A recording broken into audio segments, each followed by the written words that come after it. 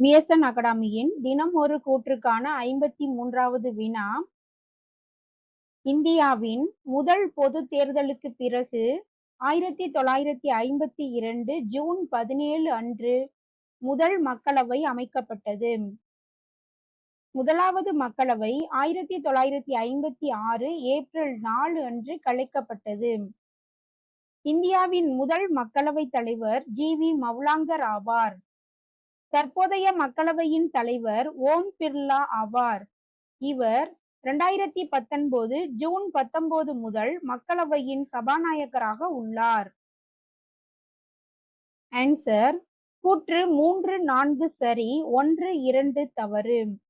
விளக்கம்: இந்தியாவின் முதல் பொது தேர்தலுக்கு பிறகு 1952 ஏப்ரல் 17 அன்று முதல் மக்களவை அமைக்கப்பட்டது.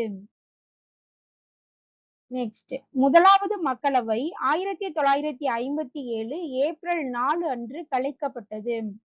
ஓகே ஃப்ரெண்ட்ஸ், தொடர்ச்சியா நம்ம கொஸ்டின்ஸ் பார்க்கலாம். மறக்காம சேனலை சப்ஸ்கிரைப் பண்ணுங்க. நன்றி.